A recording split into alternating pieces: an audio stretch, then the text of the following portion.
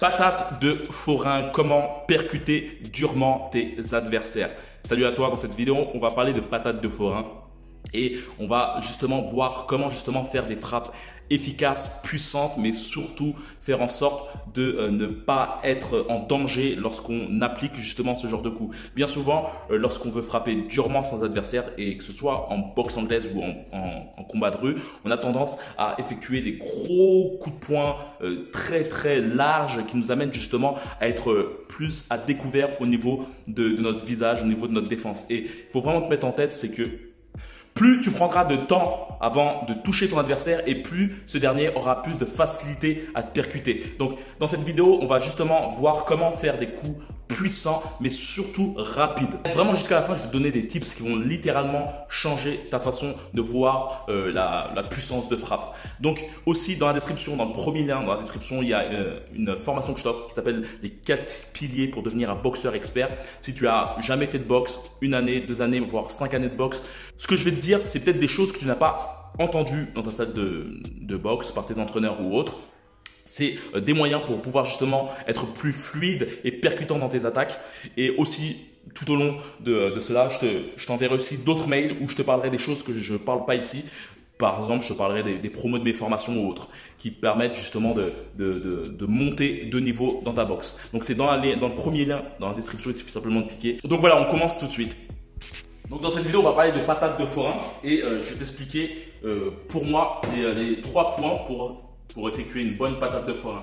Donc le premier point qui paraît ludique, c'est de prendre par exemple un stylo, une cuillère ou autre et faire en sorte de, lorsque tu veux par exemple donner une droite, faire en sorte de bien visser ton coup, tu vois.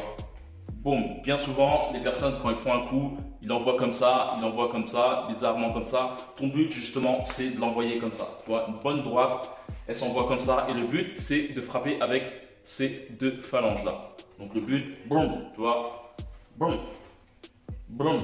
Pareil pour tes crochets. Pour avoir de beaux crochets, on a beaucoup tendance à effectuer ces coups comme ça. Bon. Mais si tu souhaites augmenter la puissance de frappe de tes crochets, fais en sorte, boum, de hop, bam, de frapper avec toujours ces 2 phalanges là, mais de frapper comme ça. Boum, boum, boum. Il y a vraiment une différence. Après, il y a 2 écoles. L'école américaine, beaucoup basée comme ça, et l'école justement européenne, beaucoup basée comme ça. Je trouve que vraiment c'est intéressant de frapper comme ça, d'une part parce que tu peux gainer justement cette partie-là au mieux et effectuer ce petit mouvement qui te permet d'amplifier et aussi cette fameuse rotation, boum, qui te permet d'amplifier ton coup. Il y a un deuxième point au niveau de la patate de forain. Bien souvent, quand on dit patate de forain, comme tu peux voir justement les sortes de petites balles, c'est qu'on a tendance à faire des gros mouvements comme ça. Et c'est le plus grand danger justement de faire ce genre de mouvement-là, parce que face à un combattant, en fait, tu te prends une ribambelle de coups. La chose vraiment importante, c'est qu'il suffit de peu pour faire mal justement en combat de rue. Donc, faire en sorte justement d'appliquer plutôt des coups au niveau du bas du corps. En fait, lorsque tu effectues ce genre de coup, c'est que tu te sers premièrement de ton haut du corps avant de par la suite de t'aider du bas du corps avec cette impulsion.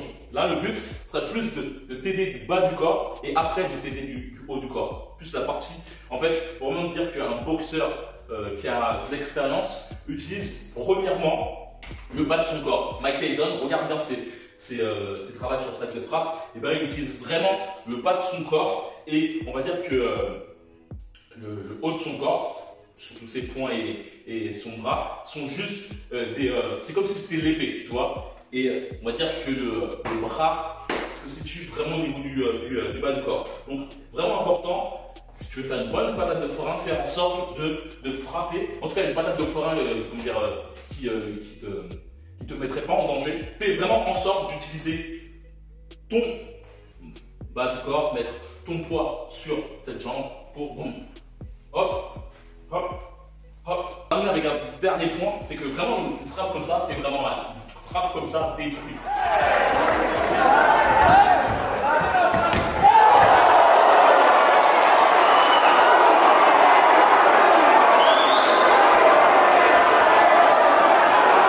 C'est-à-dire que frapper comme ça, il n'y a pas plus mieux. Néanmoins, comme je t'ai dit, d'une part, tu risques de fatiguer, d'autre part, tu ne peux pas donner une ribambelle de coups comme ça. Le dernier point, en fait, c'est vraiment le but que tu risques facilement de te faire contre-attaquer. Le point qui est intéressant, comme je dis, avec le but de frapper vraiment comme cela, c'est d'une part que ça te permettra de réajouter une autre frappe.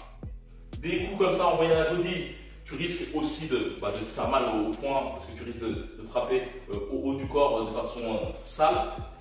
Et justement, le fait de frapper comme cela te permettra par la suite d'avoir ton poids sur la jambe avant et de réutiliser la force.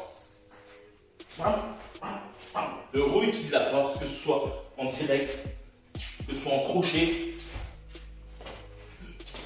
que ce soit en uppercut.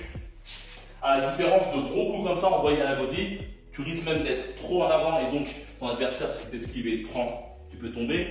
Et à la différence de ce genre de coups qui te permettent justement de rester droit et de ne pas être plus en danger par rapport au fait que ton adversaire te tire vers l'avant. Donc voilà, avant de terminer cette vidéo, je vais te dire que dans la description, dans le premier lien, il suffit simplement de cliquer et de me passer ton meilleur mail. Je t'offre cette formation qui s'appelle les 4 piliers pour devenir un boxeur expert. C'est dans la description, comme j'ai pu le dire. Que tu n'as jamais fait de boxe, 1 année, 2 années, voire 5 années de boxe, ce que je vais te dire dans cette formation que je t'offre va te permettre littéralement d'être plus fluide et plus percutant dans tes attaques et dans ta défense personnelle. Le but de cette formation, c'est de te donner des clés qu'on ne donne pas forcément dans les salles de boxe parce que peut-être tes entraîneurs n'ont pas le temps de se focaliser sur toi. Aussi, c'est des choses qui te permettront d'être plus autonome dans tes entraînements et plus autonome aussi dans ton auto-analyse. Et pour moi, un boxeur, les boxeurs qui ont un certain level, qui sont hors normes, ont justement cette facilité à s'auto-éduquer, à être autodidacte dans leur technique. Donc voilà, si tu souhaites optimiser ton level, devenir un meilleur boxeur, c'est dans la description, il suffit simplement de cliquer dans le premier lien et me passer ton meilleur mail et on se voit dans les coulisses. Donc, comme d'habitude, que la boxe est avec toi. Ciao.